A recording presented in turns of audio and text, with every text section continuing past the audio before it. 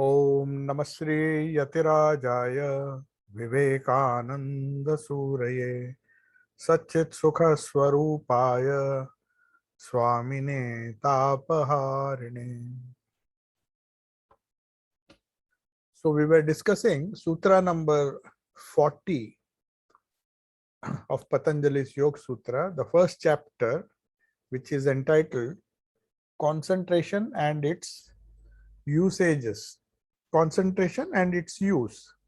I mean, what does concentration, in what way does it help? So that was the topic. So the 40th Sutra says that Paramanu Paramaha Paramamahatvantosya Vashikaraha. That is, the mind of a yogi can concentrate upon any object of any size from atomic to the infinitely great. So Mahato. So that means even if the object is small, whether the object is minute or infinitesimal in size, or if it is great or huge in size, it doesn't really matter, because concentration doesn't depend on the object as such. But it always helps to meditate on a pleasant object, as we saw in the previous verse, that it doesn't really make sense to meditate on something which is evil in nature, because that doesn't help the power of concentration. The samskaras which are there, we see that the spiritual aspirant, when he starts to practice concentration, he has to have absolute self mastery over his sense organs. Otherwise, what happens is that the inborn tendencies, inborn, or we are born with certain tendencies which we have inherited from the previous life, or even the not only previous lives, but also some of the samskaras have been acquired or gathered in this life as well. So everything is based on the subtle impressions, the impressions which cause new impressions and have a tendency. They are known as inherent tendencies. The inherent tendencies are those which have been, as it were, fossilized. But fossils are harmless, whereas the samskaras are not so harmless as they seem. They seem to be practically dormant, and they are in a very dormant form unless the spiritual aspirant, when he starts beginning to concentrate, he starts concentrating.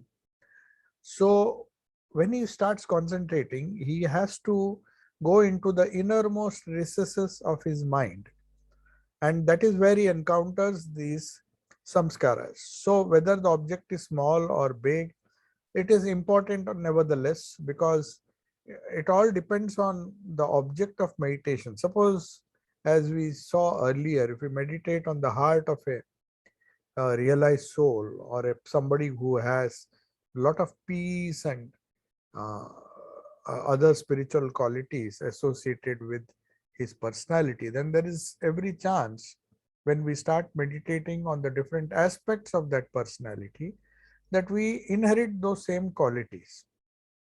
So that's why we have to be a bit cautious. And without complete self mastery, this one pointed concentration can never be acquired. This one pointed concentration which Patanjali is speaking of, regardless of the object that we choose, still a certain degree of pratyahara. So self mastery means pratyahara, not allowing the senses to have their way, and not allowing the sense organs to go wayward, to go in different directions, because the or the sense objects and the sense organs, they are just instruments to convey these impressions to the brain, the center, the subtle sense organs, which is part of the cerebral system, the nervous system. And the nervous system gives its responses to these various impressions we that constantly bombard us from the outside world. and our internal reactions to that is our world. So we see the world in brief, if we want to say that our world comprises of our reactions to the stimulation that we get from the world outside. A blind person will not see this world as we see. So his reaction, his responses, he lives in a different world where vision is not one of the sense organs which are active. He may understand things through sound, he may recognize things through sound. So his world is a sound, is a world where sound plays an important part. So also people who are deaf and dumb, for example, they have their own ways. They see the world in a totally different way, or even if they see it in the way we see, their response to that uh, stimulus which they get from outside world is what really makes the world real for them.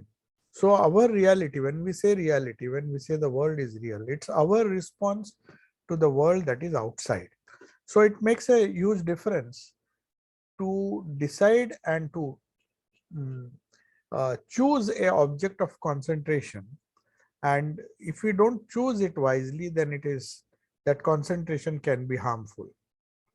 So as we discussed last time, since it is an important topic of how to delve into the unconscious, it has been compared to an attic or a cellar in a house where all these things, the cellar and the attic, which we use for normally storing things which we don't immediately use.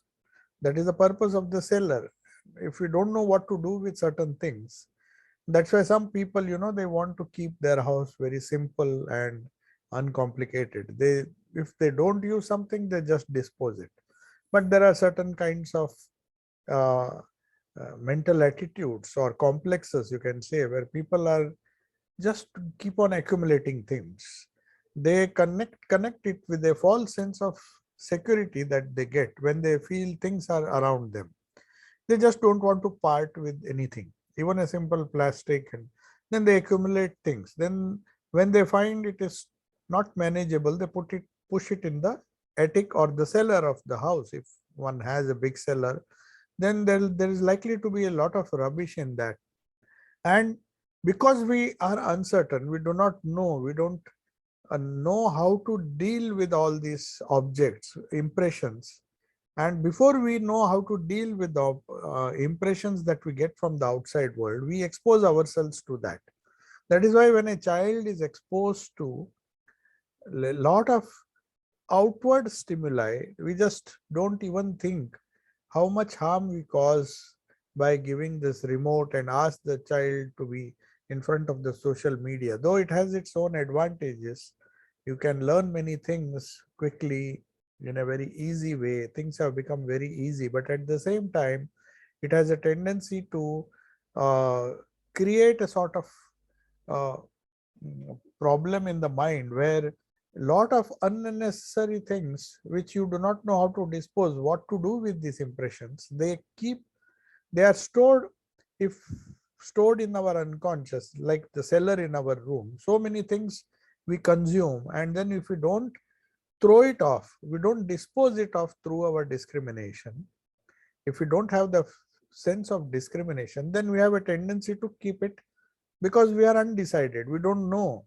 a plastic is there. We think there may be some use for that particular thing. Then we keep it in the cellar, and then the cellar becomes full, and one day we get exasperated, and then we just decide this has to be disposed. But we don't know what an uphill task it is till we open the cellar or this attic. So similarly, our mind is also full of such things which should have been forgiven or forgotten. Many thoughts come to us, many instances, many incidents have happened in our life which deserve to be put in the garbage or deserve to be disposed of immediately. But we harbor those thoughts. We keep those things in our memory. And as a result, what happens? All the old memories, especially the memories which give us trouble, which give us a lot of anxiety, which cause a lot of worry, these memories are stored away in our unconscious. Before we start to practice the concentration, this attic and the cellar are not touched.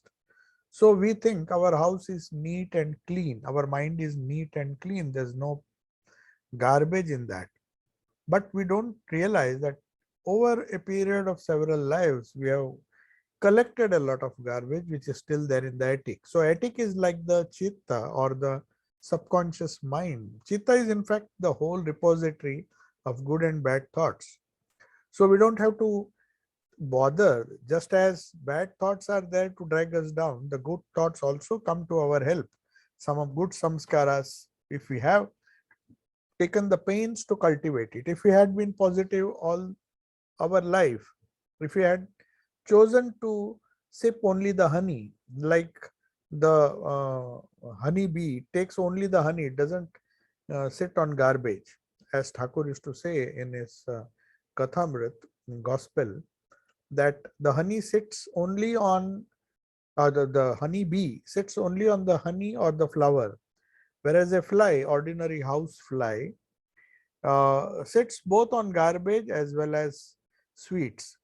So naturally, because of that tendencies, we have collected not only good tendencies, if we are lucky enough, we have also managed to collect a lot of junk which we have conveniently, unconsciously pushed it in the attic or in the cellar.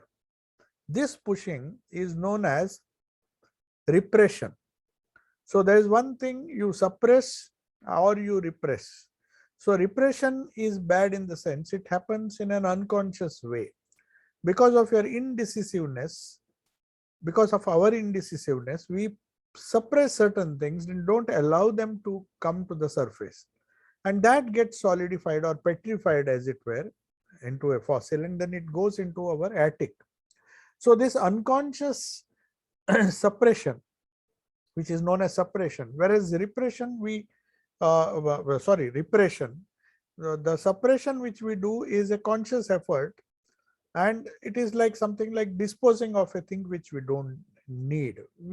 A thing comes to us, we know it is bad for us, we just try to suppress it or just destroy it, consciously destroy it. Consciously destroying anxieties, worries, and negative thoughts is a better way of dealing with our past and the future, the anxieties of the future and the worries of the past, and the anxieties of the future and the memories of the past, which constantly haunt us because we have not disposed them. So it is not just a question of forgiving certain people or certain things, certain incidents, but also forgetting them. So they have to be erased from the memory. Otherwise, the clutter is so much that we now and then when we start meditating, it is like opening the attic.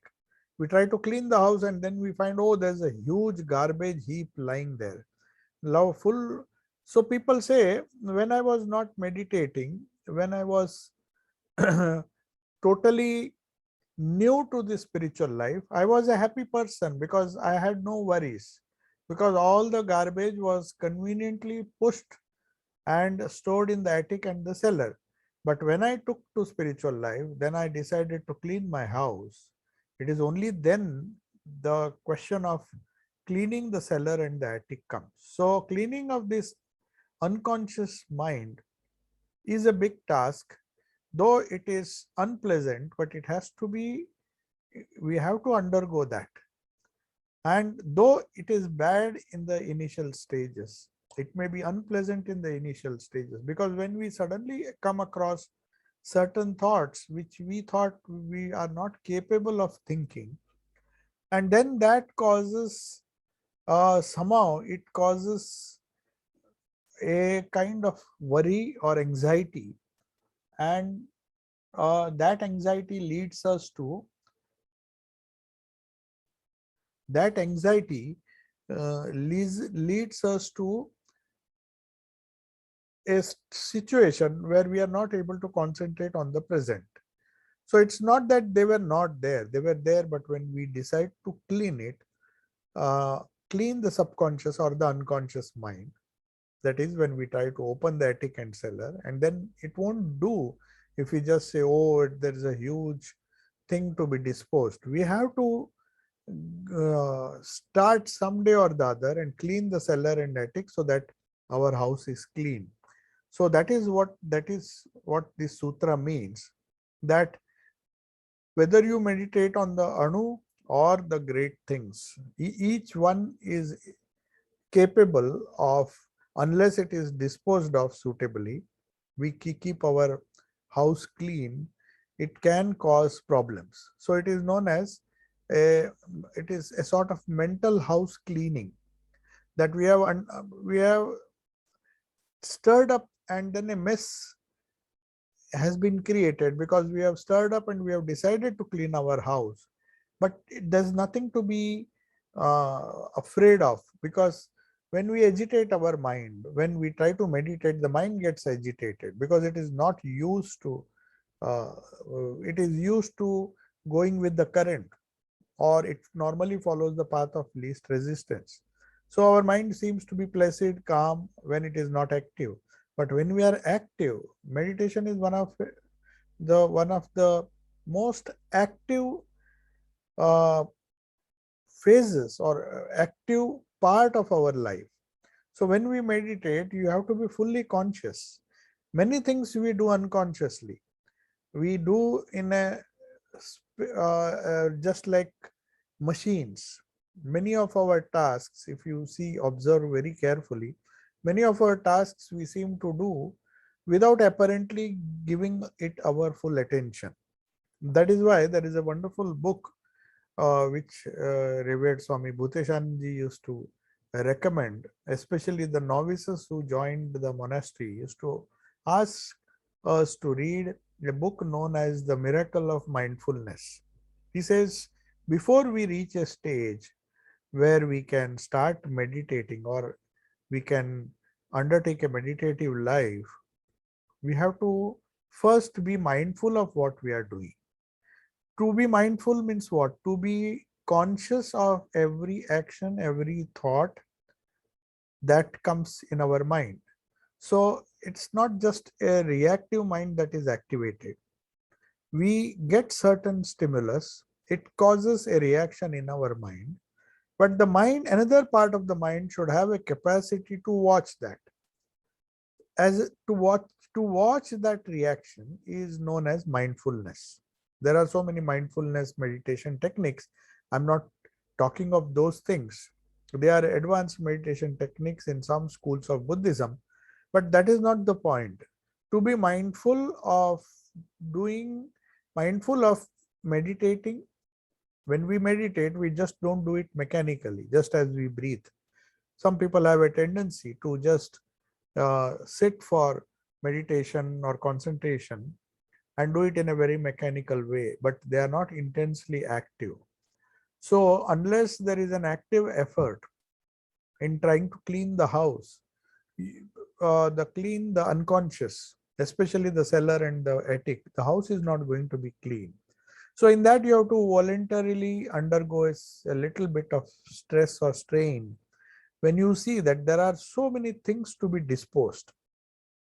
So when you dispose these things, when you get rid of unwanted thoughts, unwanted impressions which have been stored in the unconscious, there is bound to be some kind of disturbance. So a meditative life very often will not be a very smooth one. There is a constant effort. The disturbance of active effort, which is known as rajas.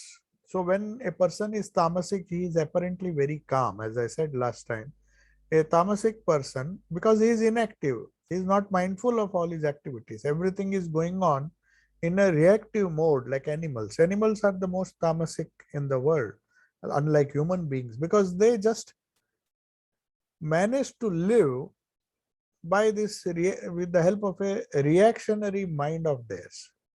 The sense organs convey some information, they react, and then they live, and they act and they react to those things, and then the action follows.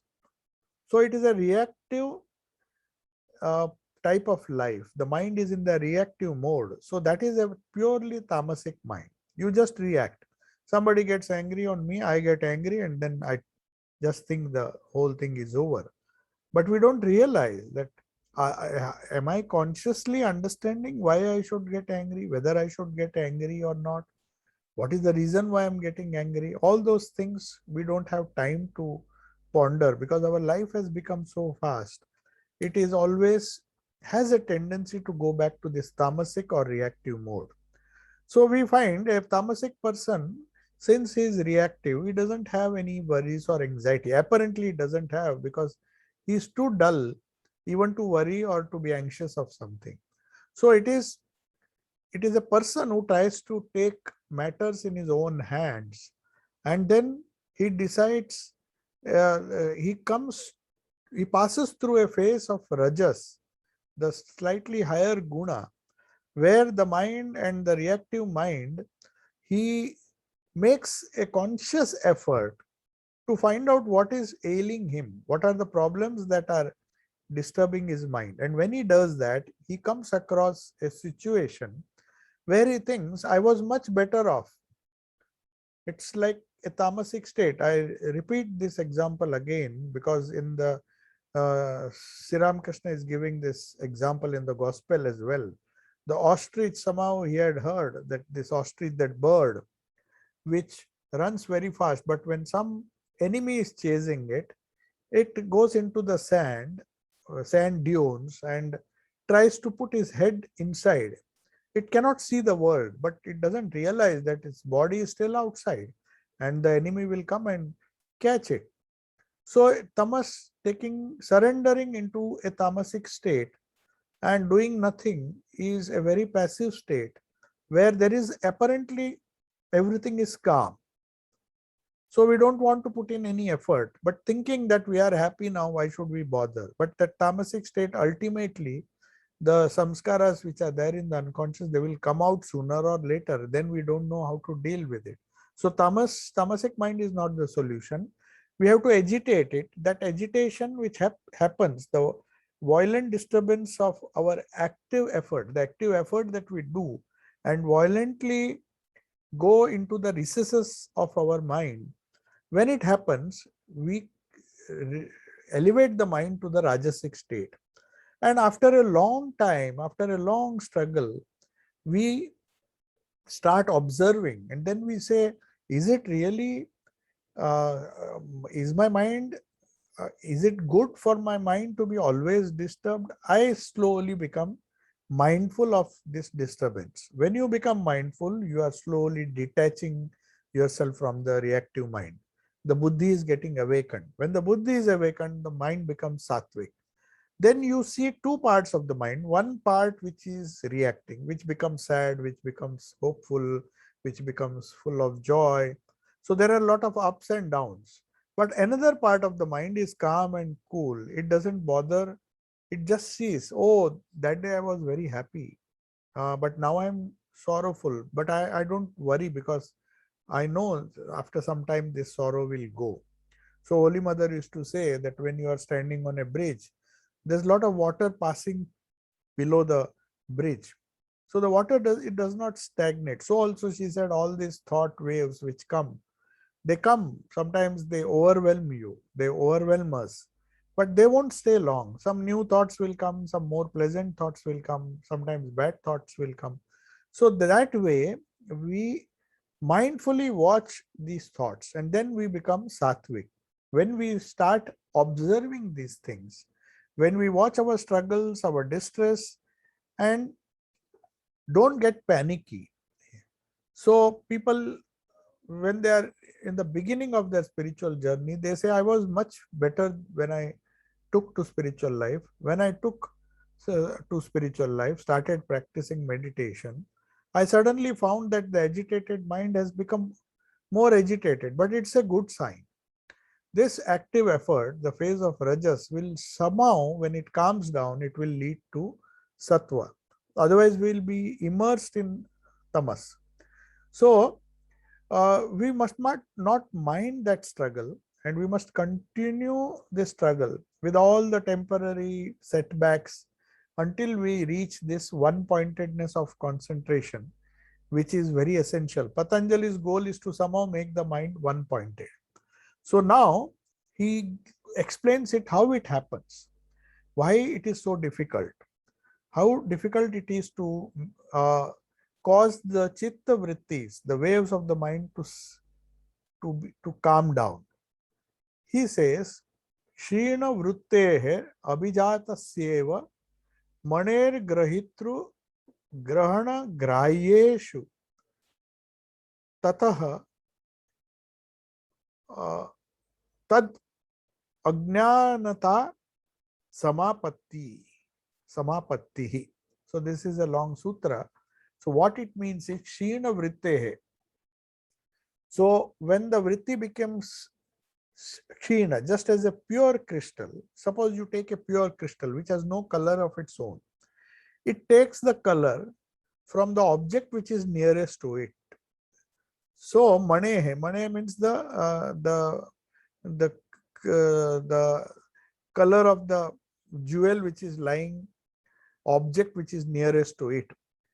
Grahitru grahana grahyeshu. So when these crystal, when the small crystal, which has a tendency to reflect the color of the gem or a priceless colored pearl or some colored stone nearby, the crystal, the pure crystal has no color, but when it is in proximity of something which is colored, the object which is nearest to it, it will reflect, of course, all the colors, but the color of the object which is nearest to it, it has a tendency to reflect. So also the mind, when it is cleared of all these thought waves, when we clear the etic, when we clear the unconscious mind, it achieves sameness or identity with the object of its concentration. Now in a crystal, say for example, you have a crystal, big crystal. Now there are so many objects there. So the objects are reflected. Suppose there is a rose, pink rose nearby, and the pink rose gives it a pink color, but there are some leaves and some other things a little away. But they add, and then there is a mixed color which the crystal reflects, and crystal appears as if it has so many colors. But if we remove all the other objects to the exclusion of one object, that is the rose, then you will find that the crystal will reflect only, it almost reflects the color. There's hardly any difference between the object, the color of the object and the color of the crystal.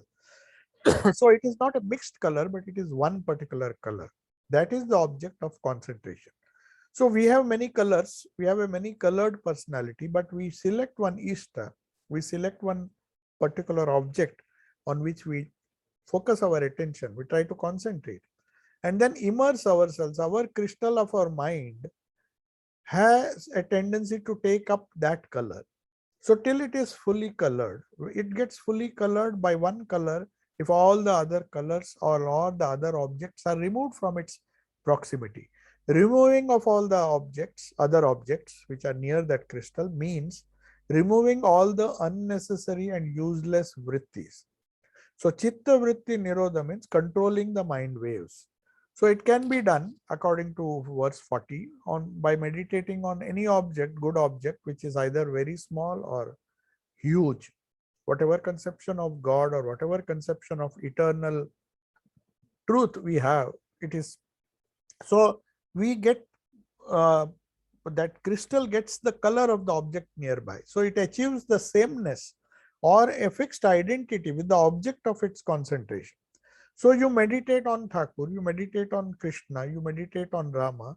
Obviously, you get all the characteristics, whatever you have meditated upon, the characteristics of that personality. So if you meditate on a peaceful person like Buddha, you become like Buddha. So that's why Buddha used to say, as you think, so you become.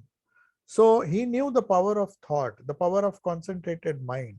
Whatever you concentrate your mind upon, it has a tendency to absorb the characteristics or the color of that object.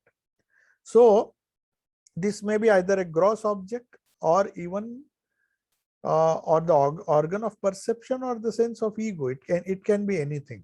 But Patanjali is very liberal in, he doesn't say it has to be a physical object or a physical avatara or a physical image or a symbol. It can be a sound symbol, it can be anything. But whatever you meditate upon, the achievement of sameness or identity with the object of concentration, and when that happens, when all the other objects, all the other reflections, all the other colors are subdued, only one color remains, that state where there is absolutely no difference between the object and the subject, that is your mind, that state is known as samadhi. So samadhi has been defined for the first time.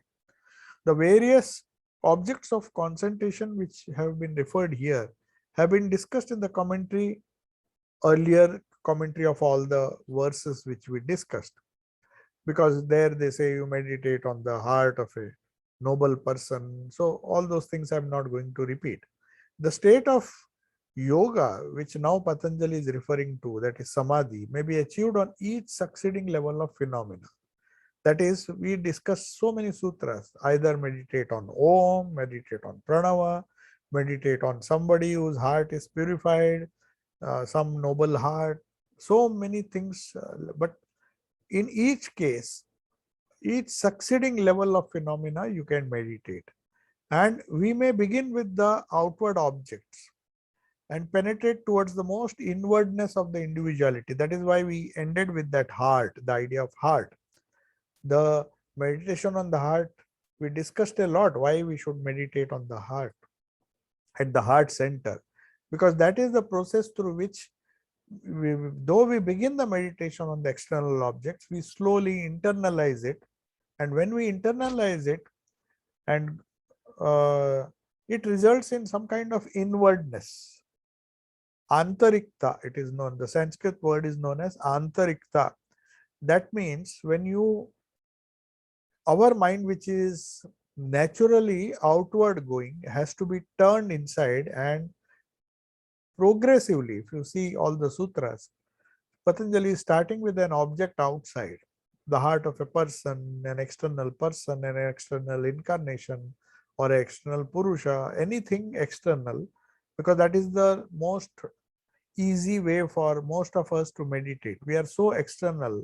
Our minds are always looking outward, as the Kathopanishad says, Paranchikhani Vitrunat Swayambhu. Our focus is always outside, but to convert that focus and turn it and focus our concentration in and make our mind inward is a very long journey, and Patanjali is taking us through that. So we begin, every attempt in concentration begins with outwardness of objects, and then it penetrates towards the inwardness of the individuality. That is where we bring our Ishta, the object on which we are meditating, inside our heart, inside, and try to feel and connect it with our ego or individuality.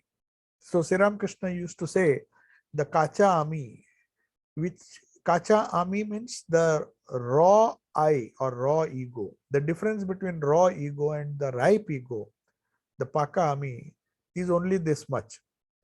The raw ego begins with outward things. My house, my property, my money, my wealth, my beauty, all the things which, gross things or external things with which we identify the ego with. Our ego gets puffed up when somebody praises us.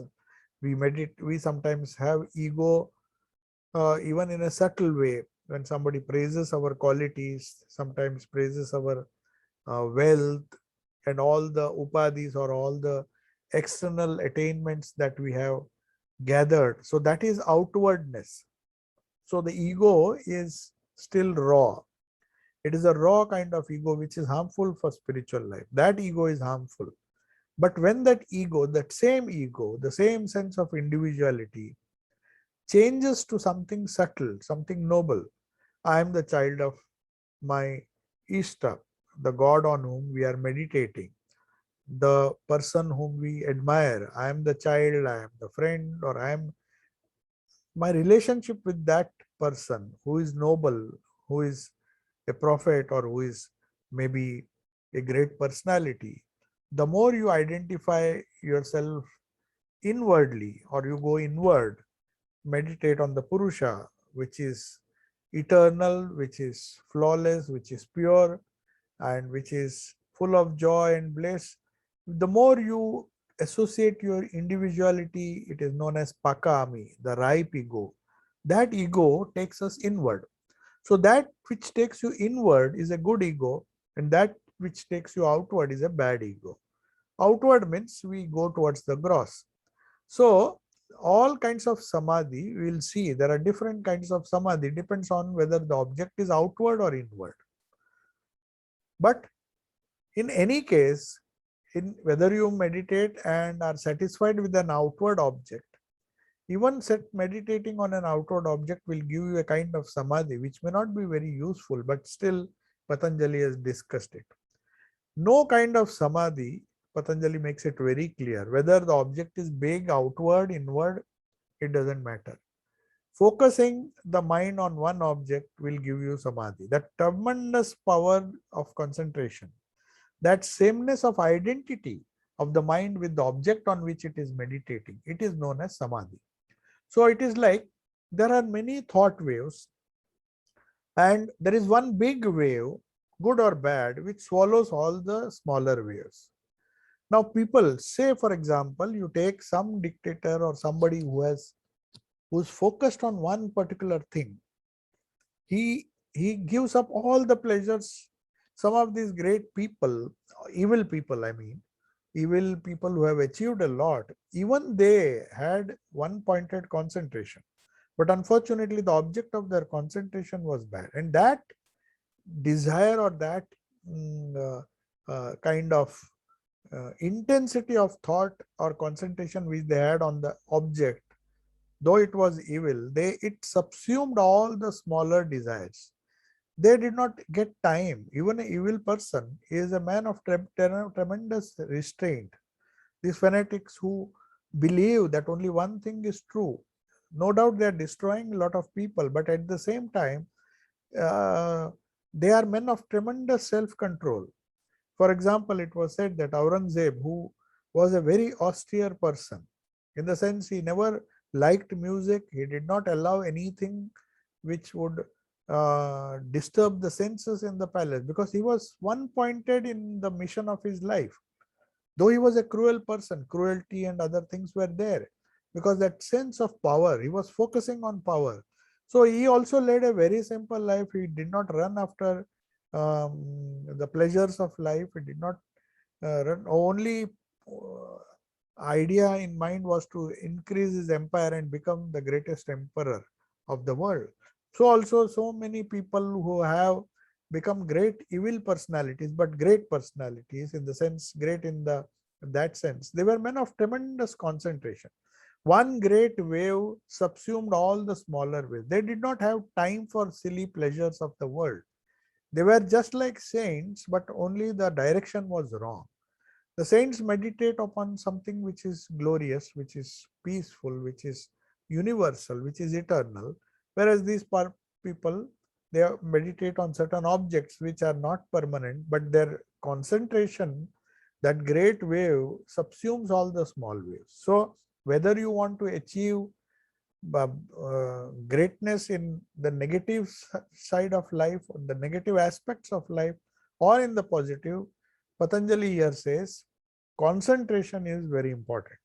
So concentration can be used or misused. It's just like a very powerful torch or very powerful ray of sun. When it is focused, it can burn, it can destroy certain things, or it can even be used for surgery or some other thing where it can heal a person. So how you use that fire or that intense heat, it depends on you. But concentration definitely has its use. In the Upanishads, there is a slightly different way of explaining this, perhaps more simpler than what Patanjali says. We are told to concentrate on any object, and consider it to be a symbol of the indwelling reality, the Atman. The concept of Atman has to be superimposed on that. For example, when you meditate on Krishna or Rama or Sri Ramakrishna, we don't meditate on the photograph or the image of that Ishta. We begin with that, but we consider that to be a symbol of Purusha, the highest Brahman, the highest conception of reality that we have, and do not let go of that concentration even for a moment. Then we'll pass beyond the object's covering, outer coverings, and of appearance to inner nature of its being. Then we understand the real Ramakrishna, we understand the real Rama, we understand the uh, Shuddha Brahma Paratpara Ram. So there is a beautiful uh, description, Ramnam Sankirtan, they say Shuddha Brahma Paratpara Ram. Paratpara means that which is beyond everything. He is not gross. He is Shuddha Brahma. He is a pure Brahman, pure consciousness. So this is how one should meditate. So that is how Upanishads, whereas it is not very clear here in Patanjali's Yoga Sutras, but definitely in the Upanishads, the object of meditation, though it can be anything external, because Brahman is all pervasive. So we have to see that same Brahman within ourselves and indwelling reality, that is Atman. Why indwelling? Because our ego, the source of our individuality, the little individuality, is the bigger individuality. Unfortunately, we have contracted it and we have reduced our individuality to trivial things like I'm a rich man, a poor man, a big man, a small man, a beautiful man, and so many other adjectives. So it is like degrading ourselves from our real individuality, which is Brahman, and covering it with certain small things and identifying ourselves with these small things. So the idea is that indwelling reality, which we don't know right now, if we had known, we would have become Brahma Gyanis. The real Brahman, which is our real individuality, has been covered with a haze, a smoke screen, which does not clearly show us. So that is why we have to meditate within. Because when we remove the outer coverings, the outer individualities, the outer silly individualities, which are temporary in nature. No person is permanently rich. No person, even if is rich, will permanently be eternally connected with his money someday or the other. Even his body will go, everything that is gross will go. So if that is the case, then holding on to the temporary ego or the temporary individuality is a cause, will be sooner or later be a cause of sorrow. So the outer appearance is very often, though you can meditate on outside objects, they will someday or the other cause a certain kind of delusion because it is going to vanish. The only reality that doesn't vanish is the indwelling reality, that is Atman, or the pure consciousness, which is there in our deep sleep state, in our dream state, in our waking state. It is something which is very common. So if we meditate on that indwelling reality, keeping in mind that indwelling reality and saying that the symbols which we use outside is nothing but a symbol of that indwelling reality. The Rama whom I am worshipping is the Shuddha Brahma Paratpara, is the Shuddha Brahman, is the pure consciousness. I do not know right now what that consciousness is, but because he is associated with that, any object or any person who is associated with that will give the same result sooner or later.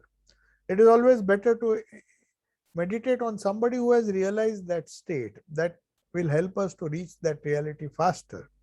That is why Patanjali says, meditate on the heart of a realized soul. In fact, Swamiji went to the extent of saying that read only books written by people who have realized the highest Brahman, because that is the shortest way of reaching that state. Because other thoughts, however articulate they may be, however erudite they may appear to us, if it is not backed by experience, they are likely to lead us astray. We will not reach the goal. We'll take more time because they are just objects. They are just objects of the mind, something which is a product of the mind, which is far inferior than the pure experience which comes as the result of a deep intuition, a deep spiritual intuition. So all the words which come from the mouth of a person, if we meditate on that, if we think about that, it attunes our mind.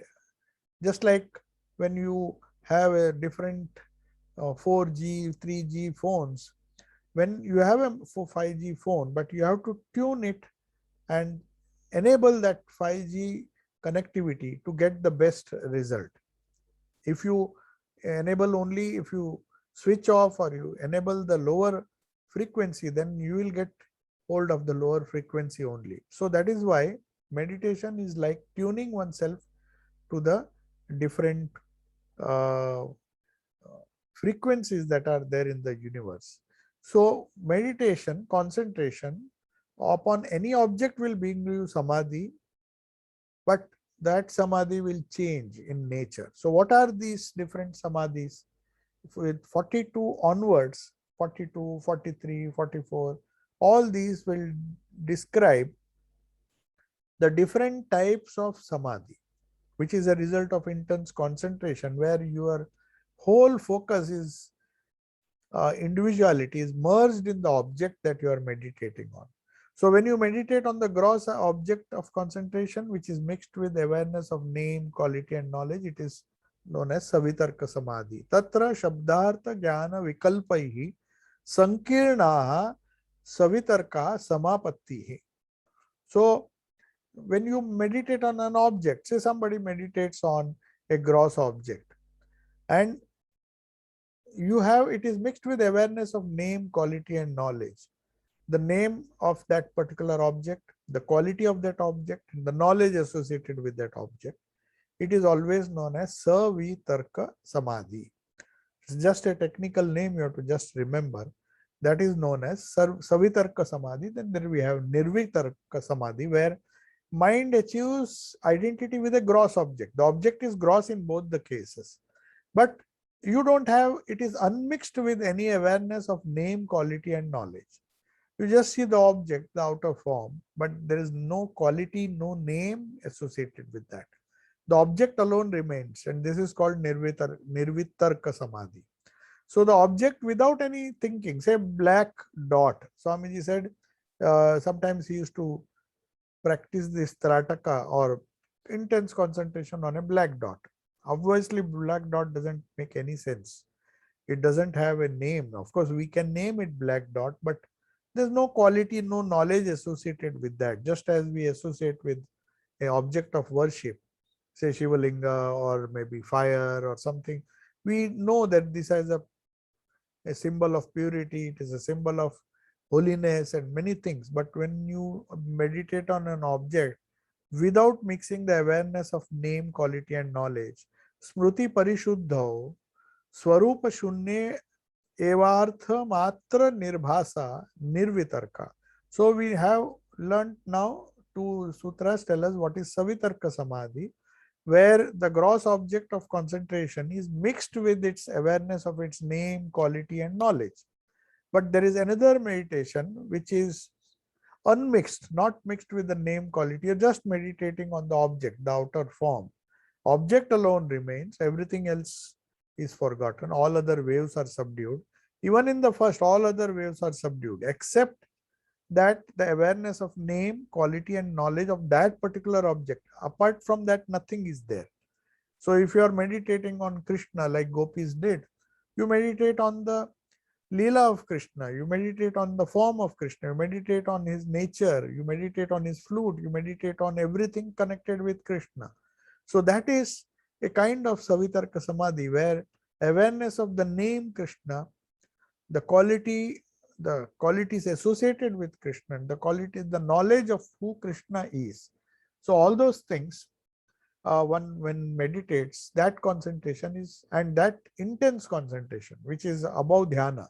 Dhyana is a stage before samadhi. We will come to that later on. All the different samadhis are discussed first. This is the goal which we have discussed. And when we reach samadhi, that samadhi, that intense concentration is known as, classified in verse 42 as Savitarka and then Nirvitarka. So what these samadhis do, what it actually means in our spiritual life, whether it is easy to attain. All these things we'll discuss in the next class.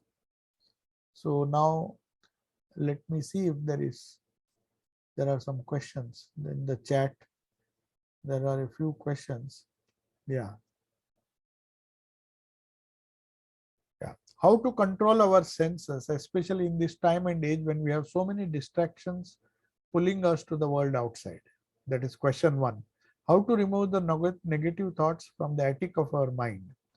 Third, how to progress from mechanical meditation to active meditation. Oh, it's a very long, maybe I'll have to take a whole class, but it is a very important question. So how to control our senses, especially in the time and age when we have so many distractions pulling us in the world outside. So it's not a question of outside or inside, though outside, everything outside is not bad. Everything inside also is not good. If you meditate on anger and certain things, you may be meditating inside, deep within the recesses of your heart, but they may be harmful. So it's not only the outside thoughts. Outside, if you meditate on an object which is good, an object which is noble. So one of the best ways to control the senses is to not expose the senses to things which will, things or objects or events or incidents which will result in lack of control. So for example, some people like to drink some wine or something. They know the senses will not be under control if you exceed certain limits. So to control the senses, you have to control the object with which you are associating yourself with. Then we have many things, sights and things which can be avoided, which are not mandatory for us. We have a choice. We can choose to see good things. We can choose to see bad things. So slowly control of senses come when we choose to see good things and try to overpower the bad things which we are forced to see sometimes. Sometimes the very nature of our duty makes us extrovert or maybe makes us distract us. They pull us to the world outside, but that is okay. But everybody has to have a time for himself where he has to just withdraw and say, okay, today I have been exposed to so many things, but let me counter it by exposing it to certain good things. That is what satsanga, that is what reading good books, that is what meditation, that is what japa and all the things, spiritual practices are meant just to counter, to control our senses. It becomes easy to control our senses if we choose rightly, the right choice, use our discrimination to choose between the real and the unreal. This is one way how to control our senses. There may be distractions, but if we see properly, the distractions which are very essential are to be encountered. That is a different chapter altogether, the different question altogether. But there are certain things which we induce in ourselves which are not mandatory for us. We are responsible. We have to, because of it's of a wrong choice. Nobody asked us to expose ourselves to things which make sense control difficult. If we are really keen, if we really want peace of mind, if we really want to meditate, if we really want to concentrate, if we really want to follow the spiritual path, then there are many things which can help you to go inward. For example, when you're traveling in a tube, just close your eyes. If you have a good music, nowadays technology is there, it can help you to go inward.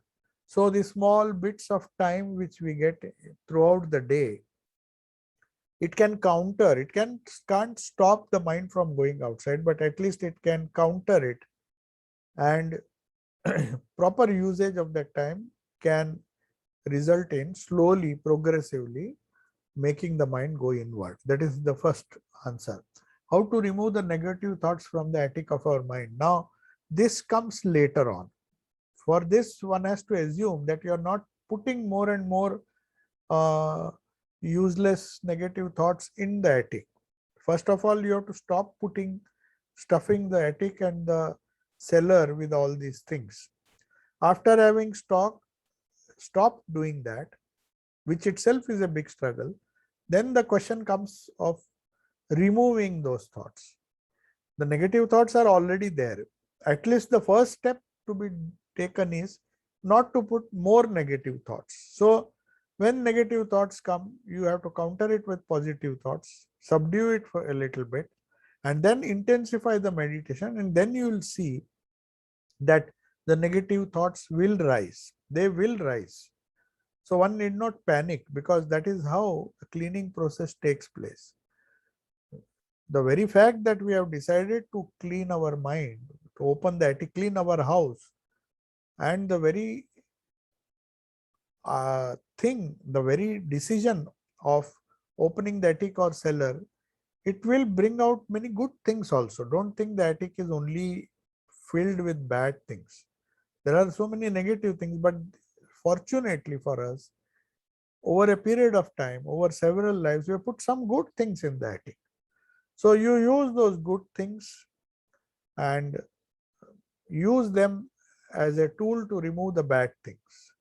So Sri Ramakrishna used to say, take the good thorn. Thorn is bad, but it's an external object. But if a thorn has gone in your leg, you use the thorn to remove the other thorn, and then you throw both out. So in the attic, don't think it is only the negative thoughts. There are so many. Don't bother about the negative thoughts. When you open the attic, both you will be exposed to both, but use the positive thoughts to counter the negative thoughts. That is another idea. How to progress from mechanical meditation to active meditation?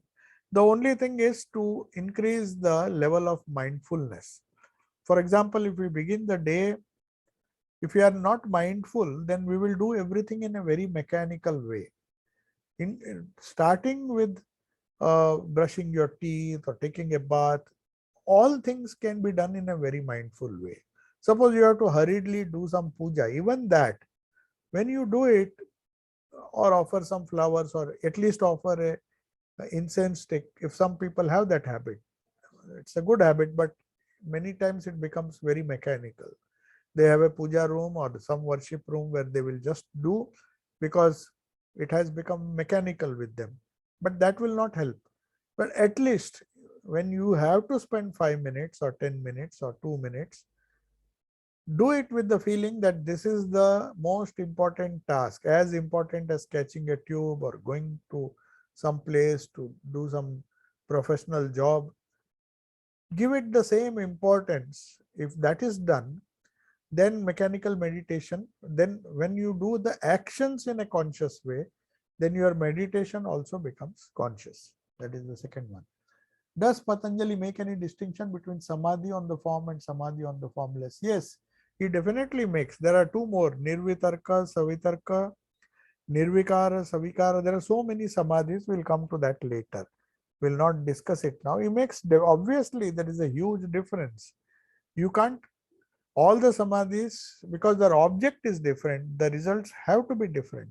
So there is a distinction not only in the process but also in the result and the benefit it will give you.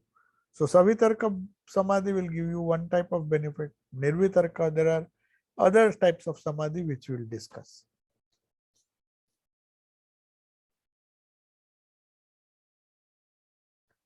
Yeah. Yeah, the difference between suppression and repression. It's a very good question. There's one more link which Kaushik has sent to apply for a grant for the RVC. So let us see. I need to study that link. I'll do and see if we really can benefit. What are the conditions and what are the requirements to enable to get these grants, if at all we go in for that. I'll just get in touch, see that link.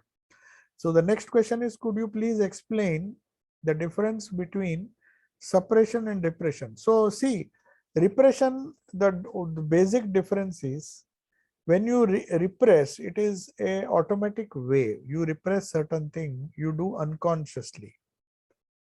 And suppression is a conscious effort to prevent that thought from coming. So when you get undesirable thoughts, you consciously repeat the mantra, not mechanically, consciously repeat the mantra or some prayer or something, some good thought, and try to replace that bad thought. Whereas repression means it happens in an unconscious way. You are afraid, you are anxious. Oh, I should not be seen as, say, for example, you want to indulge in some pleasure, but you know society does not approve of that. So you will repress it by not doing that, though you have a great desire to do that. You perhaps want to have a drink alcohol, you want to consume some alcohol in the public space. You are tempted. The bar is there, you are walking there. So repression means you, out of some fear, you don't consciously take a decision not to go there. Somebody says, come, then you say, no, I'm not going because this is the reason. So there's no logical explanation. You just don't suppress it by going to some other place and keeping yourself busy. That is suppression. Whereas if you repress, repressive behavior means you avoid that out of some kind of inner fear or anxiety, fear of society, fear of people. You really don't you're really not consciously avoided doing that. That desire is still there, but you have just repressed it for the time being because the society imposes certain restrictions, the people around you expect certain standards of behavior from you, so you don't do that.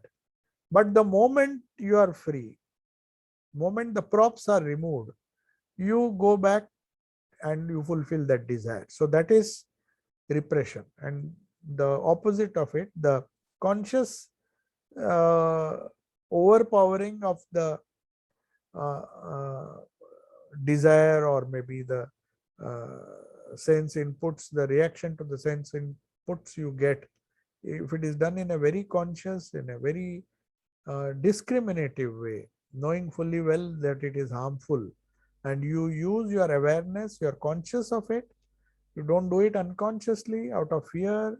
Unconsciously you do normally out of fear or a sense of guilt or something which prevents you. You don't do it, but the moment that fear goes away, you will do it. So that is the basic difference between suppression and repression. So suppression is good, but to suppress consciously is good, but repressive behavior sometimes can lead to psychological problems because people have been repressing certain things. That is what Sigmund Freud focused a lot, because he thought everything is a repression. So what happened? He thought everything is because of that repressed behavior. He says the children, when they grow up, there's so much of repression. They just want to express themselves. So he believed in free expression, releasing. That's not the solution. That type of solution is like pouring ghee into the fire.